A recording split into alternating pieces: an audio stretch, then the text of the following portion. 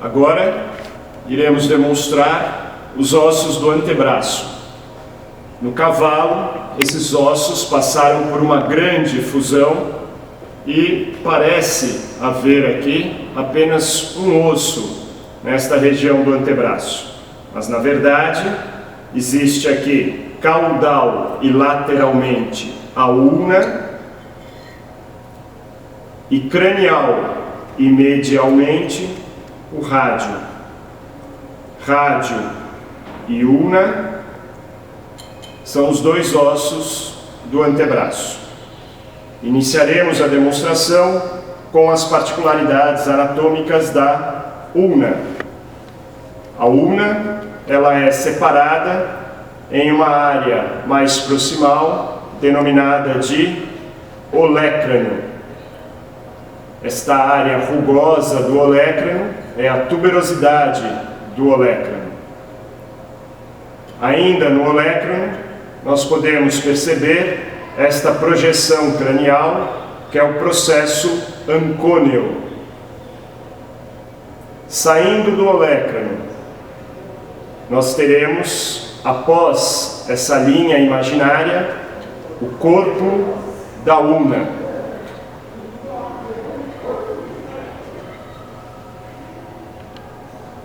Logo abaixo do processo ancôneo, iremos perceber uma superfície articular da ulna, que é a incisura troclear. Ela termina formando duas pontas. O processo coronoide lateral e o processo coronoide medial. Alguns cães com displasia de cotovelo, a displasia do cúbito ou da articulação húmero-radioulnar, podem ter a doença no processo ancôneo, por uma não união do processo ancôneo, ou nos processos coronoides, a fragmentação destes processos. O corpo da ulna no equino irá gradualmente se fundir ao corpo do rádio. Entre eles, iremos observar uma pequena passagem que é o espaço interósseo.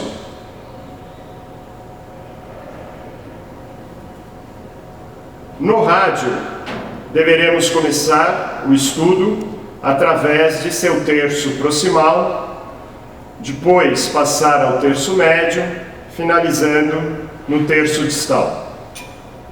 O terço proximal, mais especificamente a epífise proximal, a extremidade proximal do rádio, recebe um nome único aqui no laboratório de anatomia. É a cabeça do rádio. Observamos, na parte proximal, a superfície articular da cabeça do rádio, que recebe o côndilo do ulna. Bem no centro, tem uma pequena reentrância, que é a fóvea da cabeça do rádio.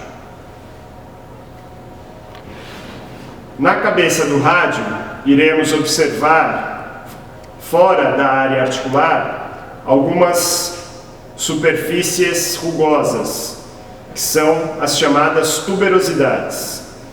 De lateral para medial, teremos a tuberosidade lateral do rádio. Na face cranial, a tuberosidade radial. E na margem medial, a tuberosidade medial. Depois observaremos o corpo do rádio em toda a sua extensão. Não existem particularidades anatômicas associadas e chegamos até a extremidade distal. Na extremidade distal do rádio, iremos observar na face cranial alguns sulcos. Iremos demonstrar de medial paralateral.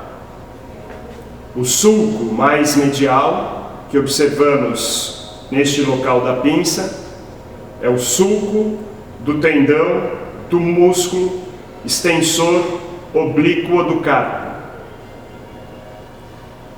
Em contato com ele, o sulco do tendão do músculo extensor carpo radial.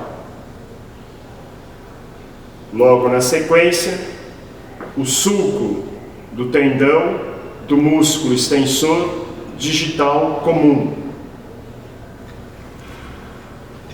E, observando a margem lateral, veremos o sulco do tendão do músculo extensor digital lateral. Na face caudal, observaremos ainda a crista transversa e a tróclea do rádio. Nas margens, duas saliências representam os processos estiloideos. O processo estiloide lateral, que nos animais que não apresentam esta completa fusão da ulna com o rádio, deve ser chamado de processo estiloide da ulna, e o processo estiloide medial, que nos outros animais é chamado de processo estiloide do rádio.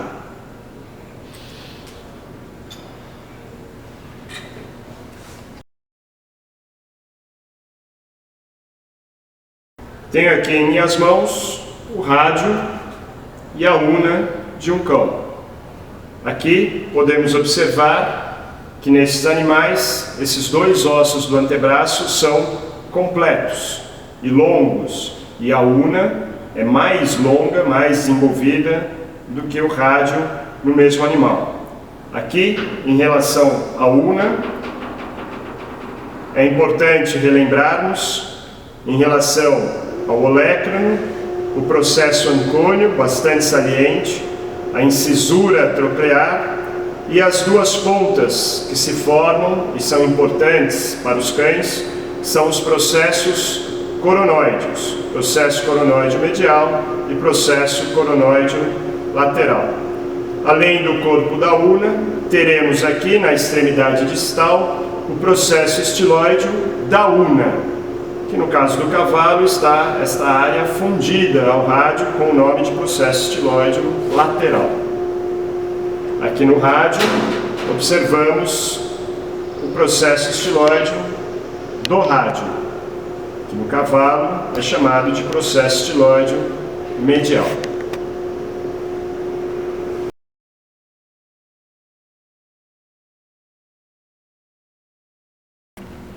Iniciaremos agora a demonstração dos ossos da mão.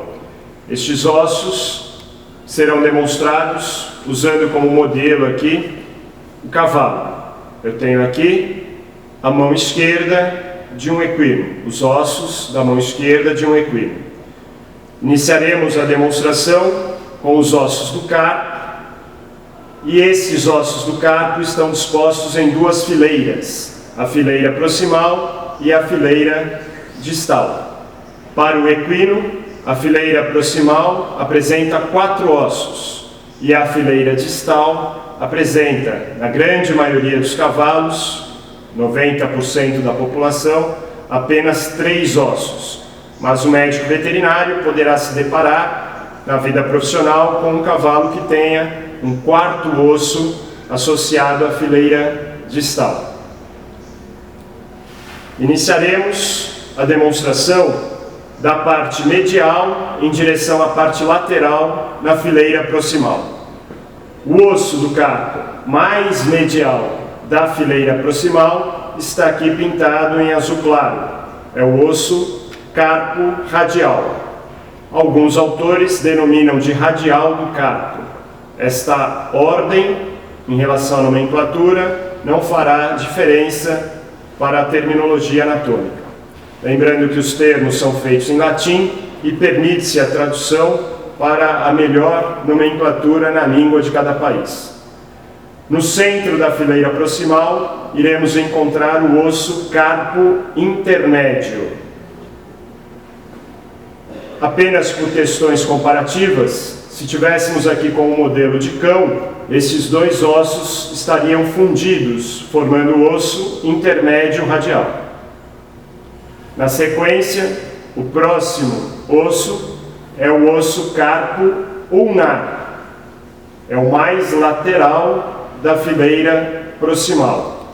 E também lateral e associado a este último osso citado está o osso pintado em amarelo, que é o carpo acessório, ou acessório do carpo. Portanto, os 4 ossos da fileira proximal são carpo radial, carpo intermédio, carpo ulnar e o carpo acessório. Na fileira distal, iremos nomear os ossos de acordo com uma ordem numérica. O cavalo apresenta a fusão entre o primeiro e o segundo carpiano.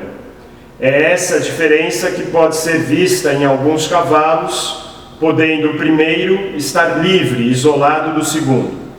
Portanto, este primeiro osso, na parte medial da fileira distal, já é o segundo carpiano ou o segundo osso do carpo. Mas podemos avaliar aqui exatamente o local da fusão do primeiro carpiano. Este pedacinho é parte do primeiro carpiano que está fusionada já ao segundo carpiano. O próximo osso nesta fileira distal, pintado aqui em verde, é o terceiro carpiano, ou terceiro osso do carpo. E o mais lateral da fileira distal já é o quarto carpiano.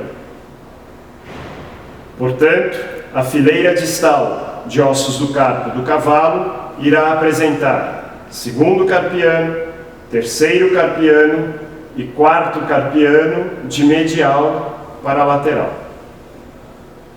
Abaixo dos ossos do carpo estaria o centro da mão do cavalo, formada pelos ossos do metacarpo, que também são nomeados nessa sequência de medial para lateral.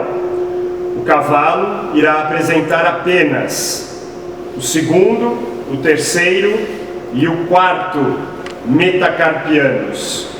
Temos aqui, através desta vista palmar, em vermelho, o mais medial deles é o segundo metacarpiano. Já no centro, o mais desenvolvido, que não está pintado aqui, é o terceiro metacarpiano.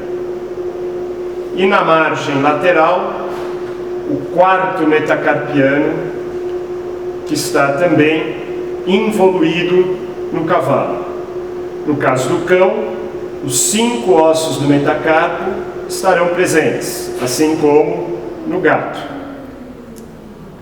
Em relação ao terceiro metacarpiano, é importante salientarmos no cavalo a presença desta área rugosa em seu terço proximal.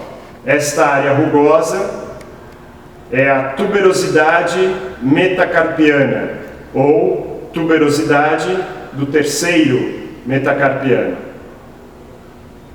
Em direção ao dedo, exatamente na transição de metacarpo para falange, encontraremos na face palmar os ossos sesamoides proximais, tanto o sesamoide proximal lateral quanto o sesamoide proximal medial.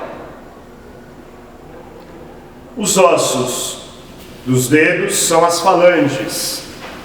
Temos 3 falanges desenvolvidas para o equino: a falange proximal, a falange média e a falange distal. A falange distal e quase completamente a falange média estão protegidas dentro da úngula, que é conhecida popularmente como casco do cavalo. Esta falange distal, ela apresenta na parte dorsal o processo extensor e nas margens os processos angulares. Inserido nos processos angulares, teremos duas cartilagens. Estão inseridas tanto na margem lateral quanto na margem medial oposta.